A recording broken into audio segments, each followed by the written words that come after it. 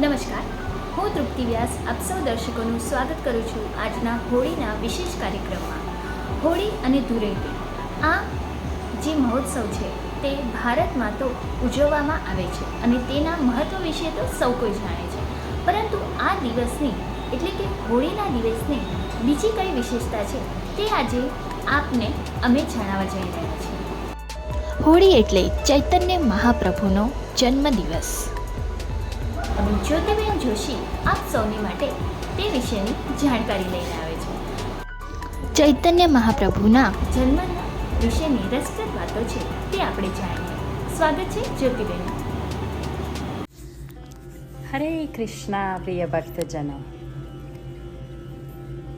આજે ગૌર પૂર્ણિમાના દિવસે આપણે શ્રી ગૌરાંગ મહાપ્રભુ, શ્રી ચૈતન્ય મહાપ્રભુ, જે કૃષ્ણનો, રાધા કૃષ્ણનો મિલિત અવતાર, જે ભક્તના રૂપે આ કલયુગમાં આવી અને આપણને ભક્તિ, સાચી ભક્તિ કેવી રીતે કરવી એ શીખવ્યું, આપણને હરિનામ આપ્યું, એમના વિશે સાંભળશું.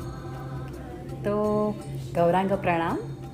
નમો મહાવદન્યાય કૃષ્ણ પ્રેમ પ્રદાયતે કૃષ્ણાય કૃષ્ણ ચૈતન્ય નામને ગૌરત્વિષે નમઃ.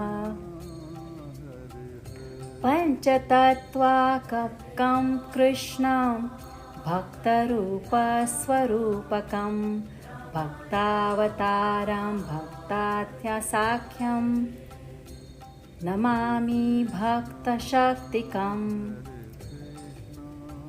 હે પરમ ઉદાર અવતાર, તમે શ્રી કૃષ્ણ ચૈતન્ય મહાપ્રભુ રૂપે પ્રગટ થયેલા અને તમે પોતે કૃષ્ણ છો. તમે શ્રીમતી રાધા રાણીનો ગૌર વર્ણ ધારણ કરેલો છે અને તમે વ્યાપકપણે શુદ્ધ કૃષ્ણ પ્રેમનું વિતરણ કરી રહ્યા છો. અમે તમને આદર ભાવે નમસ્કાર કરીએ છીએ. હું પરમેશ્વર કૃષ્ણને નમસ્કાર કરું છું, જેઓ ભક્ત રૂપે પોતાના લક્ષણોથી, ભક્તિમય અવતારથી, ભક્તિમય પ્રગટીકરણથી, શુદ્ધ ભક્તિથી અને ભક્તિમય શક્તિથી અભિન્ન છે. ઓમ અજ્ઞાનતિમિરાંધસ્ય જ્ઞાનાંજનશલાકયા ચક્ષુર્મિલિतं યેન તસ્મૈ શ્રીગુરવે નમઃ. શ્રીચૈતન્યમનોભીષ્ટં સ્થાપિतं યેન ભૂતલે સ્વયં રૂપ કદા મह्यं દદાતિ સ્વપદાન્તિકम्. વંદેહં શ્રીગુરો શ્રીયુતાપદકમलं શ્રીગુરૂन् વૈષ્ણવાંશ્ચ શ્રીરૂપં સાગ્રજાतं સહગણ રઘુનાથાન્વિतं तं સજીવં સાદ્વૈतं સાવધૂतं પરિજનસહિतं કૃષ્ણચૈતન્યદેવં શ્રીરાધાકૃષ્ણપાદાन् સહગણ લલિતા શ્રીવિશાખાન્વિતાંશ્ચ.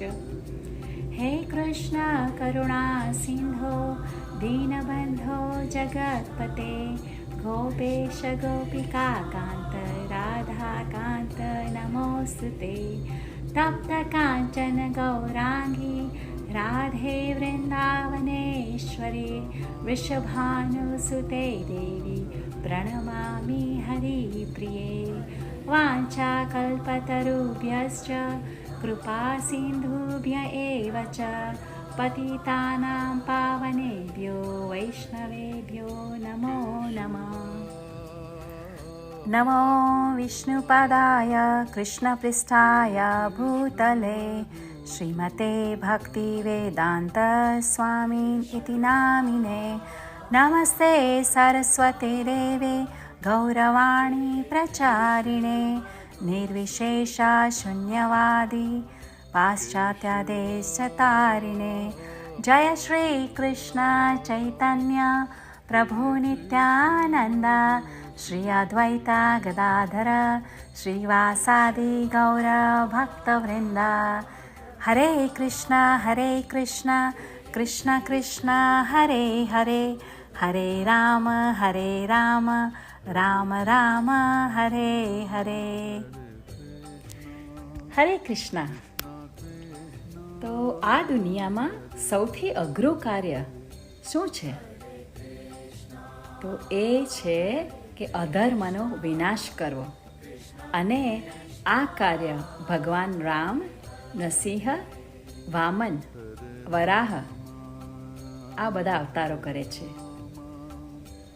તેથી તેમને ભગવાન કહેવામાં આવે છે.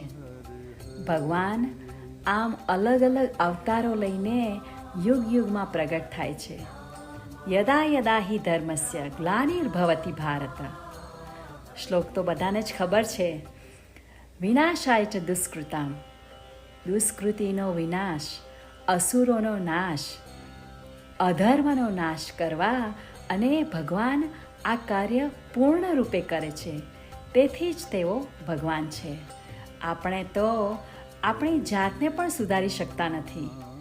પોતે જ અધર્મી છીએ તો બીજાને આપણે શું સુધારવાના?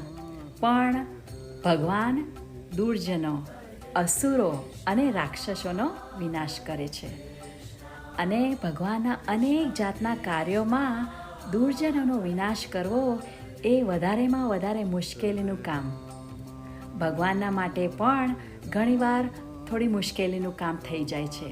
પણ એ કરતાં પણ વધુ મુશ્કેલીનું કામ દુર્જનોને સુધારવાનું છે. તો નરસિંહ, વરાહ, રામ અને સર્વોપરી ભગવાન શ્રી કૃષ્ણ પણ દુર્જનોને તેમણે માર્યા, કાપ્યા અને વિનાશ કર્યા. પણ એ જ ભગવાન શ્રી કૃષ્ણ રાધા રાણીનો ભાવ લઈને શ્રી ચૈતન્ય મહાપ્રભુના રૂપમાં આવ્યા. તો તેમણે દુર્જનોનો વિનાશ ન કર્યો, તેમણે દુર્જનોને સુધાર્યા. સતયુગમાં 2 ખરાબ અસુરો હતા, હિરણ્યકશ્યપુ અને હિરણાક્ષ. હિરણાક્ષની સામે ભગવાન વરાહ હતા અને તેમણે તેને યુદ્ધ કરીને માર્યો. હિરણ્યકશ્યપુને નરસિંહદેવે માર્યો. ત્રેતામાં મર્યાદા પુરુષોત્તમ રામ તાડકાને, સુબાહુને, મારીચ, રાવણ બધાને માર્યા. દુર્જનોને મારવા માટે બહુ મુશ્કેલીભર્યું કામ નથી. તેમને સુધારવાનું કામ એ મુશ્કેલીવાળું કામ કહેવાય. કૃષ્ણ સાક્ષાત ભગવાન જ્યારે આ ધરતી પર આવ્યા તો તેમણે તો જન્મથી જ 6ઠા દિવસથી જ પૂતના, તૃણાવર્ત, સક્ટાસુર, કંસ, ચાણૂર બધાને મારતા જ ગયા. આમ ભગવાન કૃષ્ણ તેમના અવતારોએ દુર્જનોને માર્યા, કાપ્યા. પણ સર્વ અવતારોનો સાર ગૌર અવતાર શ્રી ચૈતન્ય મહાપ્રભુ, એમનું એક એવું સ્વરૂપ, તેમણે કોઈને માર્યા નહીં. ચૈતન્ય મહાપ્રભુએ દુર્જનમાં દુર્જન ખરાબ લોકોને સુધાર્યા, દુષ્કૃતિ કરનારાઓને સુધાર્યા.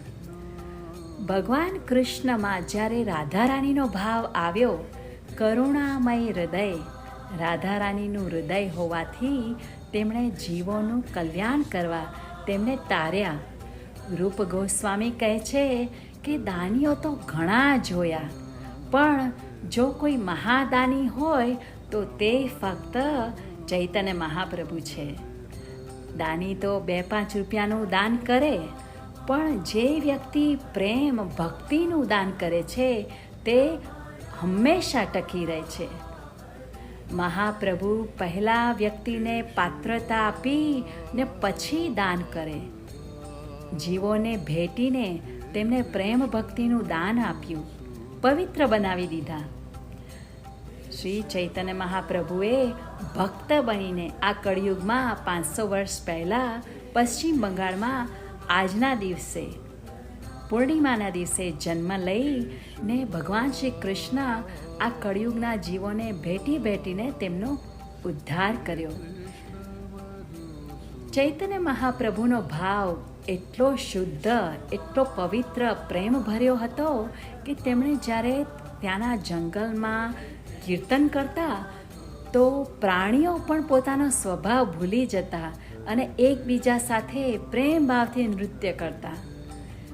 મહાપ્રભુનો જન્મ જ્યાં થયો તેમના પવિત્ર ધામમાં વાસ કરવો આ ભક્તિનું મોટું સાધન ગણવામાં આવ્યું છે, જેને મહાપ્રભુએ મહા સાધન કહ્યું છે. અયોધ્યા, મથુરા, માયા, કાશી, કાંચી, અવંતિકા, પુરી, દ્વારવતીશ્ચૈવ, અનેક પ્રકારના ધામો છે. એનો સાર ગૌરમંડળ, નવદ્વીપ મંડળ, માયાપુર ધામ કહેવામાં આવ્યું છે. વૃંદાવન અને માયાપુરને સરખા જ ગણવામાં આવ્યા છે. સમગ્ર વેદ, શાસ્ત્રો, ઉપનિષદોનો સાર છે હરિનામ. સર્વ અવતારોનો સાર છે શ્રી ચૈતન્ય મહાપ્રભુ. તો ચૈતન્ય મહાપ્રભુ આ પૃથ્વી પર શા કારણે આવ્યા? તો એના બે કારણો છે. એક, ભગવાન શ્રી કૃષ્ણે તેમના ધામમાં બેઠા બેઠા વિચાર કર્યો કે આ પૃથ્વીના લોકોને મારી ભક્તિમાં એવો તો શું સ્વાદ આવે છે કે બધું જ છોડીને મારી ભક્તિ કરવા બેસી જાય છે, પ્રેમથી મારી ભક્તિ કરે છે અને રાધા રાણી પણ મારી ભક્તિની તન્મયતાથી કરે છે. તો ભગવાનને એકવાર તેમની ભક્તિનો સ્વાદ આનંદ લેવાની ઈચ્છા થઈ. 535 વર્ષ પહેલાં ભક્ત બનીને ભક્તનો સ્વાદ લેવા ભગવાને અવતાર લીધો. બીજું, ભગવાને વિચાર્યું કે અવતાર તો મેં ઘણા લીધા અને બધા જ અવતારોમાં મેં બધા અસુરોને માર્યા છે, કાપ્યા છે, પણ હવે મારે સંસારના પાપી તાપી લોકોને મારી પ્રેમ ભક્તિ, શુદ્ધ ભક્તિનું દાન કરવું જોઈએ. તેથી આજના દિવસે ભગવાન શ્રી કૃષ્ણ રાધા રાણીનો ભાવ લઈને 535 વર્ષ પહેલાં ચૈતન્ય મહાપ્રભુના રૂપમાં આવ્યા અને માતા સચ્ચી અને જગન્નાથ મિશ્રના પુત્ર રૂપે સંધ્યાના સમયે પ્રગટ થયા. તેમનું વર્ણન મહાભારત અને ભાગવતમાં પણ થયું છે. મહાભારતમાં વિષ્ણુ સહસ્ત્રનામ આપણા બધામાં બહુ જ પ્રચલિત છે. વિષ્ણુ સહસ્ત્રનામમાં એક શ્લોક છે, સુવર્ણ વર્ણ હેમાંગો વરાંગસ્તનનાંગતિ. આમાં ભગવાન વિષ્ણુનું એક નામ છે સુવર્ણ વર્ણ. હેમાંગો, હેમ અંગ, સોના જેવું શરીર, સોનાના જેવું ચકચકિત શરીર. તો એ કૃષ્ણનું સોનેરી રંગનું શરીર એમના કયા અવતારમાં છે? તો એક જ છે, ચૈતન્ય મહાપ્રભુ. એ જ વિષ્ણુ સહસ્ત્રનામમાં એક બીજું નામ છે સંન્યાસકૃત, એટલે સંન્યાસ લેવાવાળા. કૃષ્ણના કરોડો અવતારોમાં એવું વર્ણન કયા અવતારમાં છે જેમાં કૃષ્ણએ સંન્યાસ લીધો હોય? તો તે છે શ્રી ચૈતન્ય મહાપ્રભુ, ગૌરાંગ મહાપ્રભુ. દેવી ભાગવત, વરાહ પુરાણ, ભવિષ્ય પુરાણ, માર્કેન્ડ પુરાણ, ગરુડ પુરાણ, બધા જ ગ્રંથોમાં શ્રી ચૈતન્ય મહાપ્રભુ માટે કહેવામાં આવ્યું છે. કળયુગની પ્રથમ સંધ્યામાં ગંગા તટે સચ્ચીના ગર્ભે સાક્ષાત ભગવાન કૃષ્ણ ચૈતન્ય મહાપ્રભુના રૂપે પ્રગટ થશે. તો ચૈતન્ય મહાપ્રભુ ભક્ત અવતાર છે. તેમની ભક્તિ, આપણે ભક્તિ કેવી રીતે કરવી એ શીખવવા માટે તેઓ પ્રગટ થયા. ભગવાન જાણે છે કે દુનિયાના લોકો જ્યાં સુધી મારી ભક્તિ નહીં કરે ત્યાં સુધી સુખી નહીં થાય, અને તેથી જીવને સુખી કરવા અનેક અવતારો લે છે, લીલાઓ કરે છે, જેથી દુનિયાના લોકો તેમની ભક્તિ કરે. પણ તે છતાં તેમની ભક્તિ લોકો કરતા નથી. તો ભગવાને વિચાર્યું કે હું જાતે જઈને પ્રવચન કરીને ઉપદેશ આપું. મહાભારતમાં યુદ્ધ વખતે અર્જુનને તેમણે ભગવદ્ ગીતા આપી. એમને થયું કે તેથી લોકો સમજી શકશે. ભગવાન કૃષ્ણ આ રીતે આવ્યા, અર્જુનને માધ્યમ બનાવીને ગીતાનું જ્ઞાન આપ્યું. ઘેર ઘેર લોકો ગીતા વસાવે છે, પણ વાંચવાનો સમય આ કળિયુગના જીવને નથી મળતો. હવે ભગવાને વિચાર્યું મારે શું કરવું? હવે તો ભગવાન પોતાના સ્થાનેથી નીચે આવીને, વૈકુંઠ છોડીને પોતે પૃથ્વી પર આવીને ભક્ત બનીને આવ્યા. ભક્તિ કરીને ભક્તિ શીખવવા માટે ચૈતન્ય મહાપ્રભુ બનીને આવ્યા. આપણે મોટો કોઈ કંપનીનો માલિક હોય એને આપણે કહીએ કે તારે ગામમાં જઈને એક નાનકડું કામ કરવાનું છે હવેથી, તો એ માલિકને એમ થશે કે હું આવું નાનું તુચ્છ કામ કરું. પણ ભગવાન એવું ન વિચાર્યું. ભગવાને પોતે આ કલયુગના જીવોને પવિત્ર બનાવવા માટે, આ કલયુગના જીવો પર કરુણા કરવા માટે ચૈતન્ય મહાપ્રભુ બની ભક્ત બનીને નાના એવા ગામમાં આવ્યા. ચૈતન્ય મહાપ્રભુ કરુણાના અવતાર, સાક્ષાત કરુણાની મૂર્તિ છે. રાધારાણીનો ભાવ તેમના ભક્તોમાં તેઓએ કરુણા કરી અને રૂપ સ્વરૂપ ગોસ્વામી, સનાતન ગોસ્વામી, બધા આચાર્યો બધાને તેમની ભક્તિ કેવી રીતે કરવી શીખવાડી અને જ્ઞાન આપ્યું.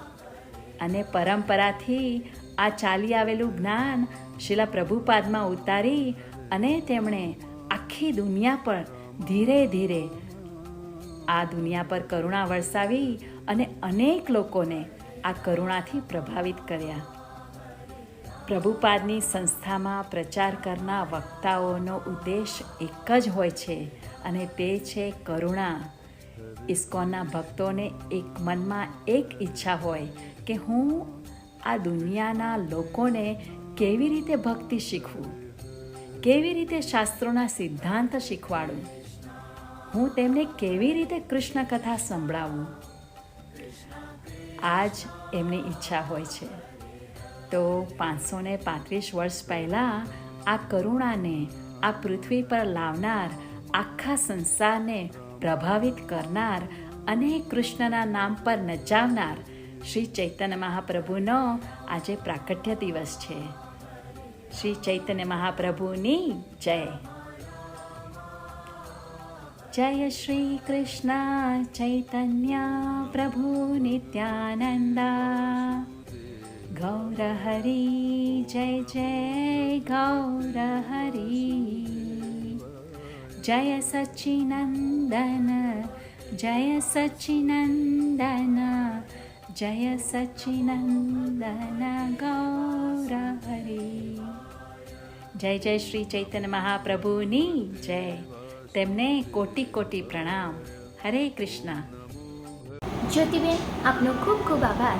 લાસ વેગાસથી તમે અમને ચૈતન્ય મહાપ્રભુના દિવસના વિશેની જે જાણકારી આપી છે તે બદલ, જેને બહુ જ ઓછા લોકો જાણતા હશે. અને આજે આ કાર્યક્રમના દ્વારા સૌ કોઈ તેની મહત્તા વિશે જાણી શકશે. દર્શકો, હોળી અને ધૂળેટી આ બે તહેવાર એવા છે જે રમ્યા વગર કે ઉજવ્યા વગર કોઈ જ નથી રહી શકતું. જેમાં ધર્મ અને જાતિનો ભેદ સૌ કોઈ ભૂલી અને ધૂળેટીનો તહેવાર ઉજવે છે. આપ સૌ તો જાણો જ છો કે હોળીના દિવસે હોલિકા દહન કરવામાં આવે છે. જેમ જ્યોતિબેને કહ્યું કે ભગવાને અવતાર લીધા અલગ અલગ અને અલગ અલગ રાક્ષસોનો નાશ કર્યો. તેમાંથી હિરણ્યકશિપુ પણ એક છે. હિરણ્યકશિપુ એ એવો રાક્ષસ હતો જેને જાણકારી હતી કે જ્યારે પણ વરદાન લેવામાં આવે છે ભગવાન પાસે, તો ભગવાન અલગ અલગ અવતાર લઈને દરેકે દરેક રાક્ષસોનો વિનાશ કરી નાખે છે. તો તેણે પોતાની બુદ્ધિ વાપરી હતી અને તેણે તપશ્ચર્યા કરી અને ભગવાન પાસે એવું વરદાન માંગ્યું કે તેને ન કોઈ નર, ન કોઈ નારી, ન કોઈ મનુષ્ય, ન કોઈ પશુ કે ન કોઈ ભગવાન એને મારી શકે, અથવા તો અસ્ત્ર શસ્ત્ર કે કોઈ પણ એવી વસ્તુથી તેની હત્યા ન થઈ શકે. ના તે અંદર મરી શકે, ના તે બહાર મરી શકે, ના ઉપર મરી શકે, ના નીચે મરી શકે, ના દિવસે મરી શકે, ના રાત્રે મરી શકે. તેણે પોતાની બુદ્ધિ વાપરીને એવું વરદાન માંગ્યું કે જેથી તેને કોઈ જ વ્યક્તિ કે ભગવાન કે કોઈ બી પશુ પક્ષી કે કોઈ પણ એને મારી ના શકે. ભગવાને તેને તેનું મનગમતું વરદાન આપ્યું. અને જે રીતે રાક્ષસોએ કર્યું કે વરદાન મેળવીને અહંકારમાં આવીને તેઓએ અત્યાચારનો આરંભ કર્યો. અને એ જ રીતે હિરણ્યકશિપુએ પણ એ જ કર્યું હતું. તેણે આપને ભગવાન સાબિત કરી નાખ્યો અને તેણે દરેકે દરેક પ્રજાને એ જ કહ્યું કે ભગવાનની પૂજા ના કરતાં મારી પૂજા કરો. અને આ રીતના અત્યાચાર તેણે સૌ કોઈ ઉપર શરૂ કરી દીધા હતા. હિરણ્યકશિપુની સૌથી નાની પત્ની હતી કયાધુ, જે હરિભક્ત હતી. તે મુખેથી તો નહીં પણ મનમાં ને મનમાં હરિનામ જાપ કરતી રહેતી હતી. અને તેવામાં તે ગર્ભવતી રહી અને તેના તે જ સંસ્કાર તેના પુત્રમાં આવ્યા, જે પુત્રનું નામ હતું પ્રહલાદ. કયાધુની તો મૃત્યુ થઈ ગઈ હતી, પણ પ્રહલાદ હંમેશા નિરંતર હરિનામનો જાપ કરતો રહેતો હતો. હિરણ્યકશિપુને અહંકાર હતો કે સૌ પ્રજાજનો સૌ કોઈ તેને ભગવાન માને છે, પરંતુ તેનો પોતાનો જ પુત્ર તેને ભગવાન નથી માનતો અને તે હરિભક્તિ કર્યા કરતો હોય છે. તેણે હિરણ્યકશિપુએ અંતે નિર્ણય કર્યો કે તેના પુત્રને તે મારી નાખશે. તેણે અલગ અલગ ઘણા પ્રયત્નો કર્યા પોતાના પુત્રને મારવાના, પણ હર વખતે હરિભક્તની રક્ષા કરવા હરિ આવ્યા અને તેમણે પ્રહલાદની રક્ષા કરી. હિરણ્યકશિપુની એક બહેન હતી જેનું નામ છે હોલિકા, અને તેને વરદાન પ્રાપ્ત હતું કે ક્યારે પણ તેને અગ્નિ બાળી નહીં શકે. તો તેણે પોતાના ભાઈને પ્રસ્તાવ આપ્યો કે હું મારા ભત્રીજાને ખોળામાં લઈને બેસીશ અને તેને અગ્નિમાં આપણે દહન કરીશું. 8 દિવસ સુધી પ્રહલાદને અલગ અલગ યાતનાઓ આપવામાં આવી, તેને મારવાના પ્રયત્ન કરવામાં આવ્યા અને તે જ 8 દિવસ એટલે કે હોળાષ્ટક ગણવામાં આવે છે. અને તે સિવાય જ્યારે હોલિકા પોતાના ભત્રીજાને ખોળામાં લઈને બેઠી, ત્યારે હરિનામનો જાપ કરતો પ્રહલાદ પોતાની ફઈના ખોળામાં તો બેઠો, પરંતુ તે ન બળતા તે અગ્નિમાં હોલિકા દહન થઈ, એટલે કે સત્યનો વિજય થયો અને અસત્યનો નાશ થયો, યાની અસુરી જે તત્વો હતા તેનો વિનાશ થયો. હોલિકા દહનનો પણ આ જ મહત્વ છે અને એટલે જ એને હોલિકા દહન કહેવામાં આવે છે. હોલિકા દહનના દિવસે દરેક વ્યક્તિ પોતાના મનના જે પણ દુર્વિચારો છે, જે પણ અવગુણો છે, તેનું હોલીમાં દહન કરે છે અને બીજા દિવસે પરિવાર, મિત્રો, સગા સંબંધી, સ્નેહીઓ સાથે મળીને અલગ રંગોથી ધૂળેટીનો ઉત્સવ ઉજવે છે અને પોતાના જીવનને પણ રંગબેરંગી રંગોથી, ખુશીઓથી ભરી જાય એવા ભગવાન પાસે આશીર્વાદ માંગે છે, એવી મનોકામના કરે છે. હું આપ સૌની વિદા લઉં છું અને આશા રાખું છું કે હોળી અને ધૂળેટીનો આ જે તહેવાર છે તે આપ સૌના જીવનમાં અલગ ખુશીઓના રંગ લાવે. નમસ્કાર.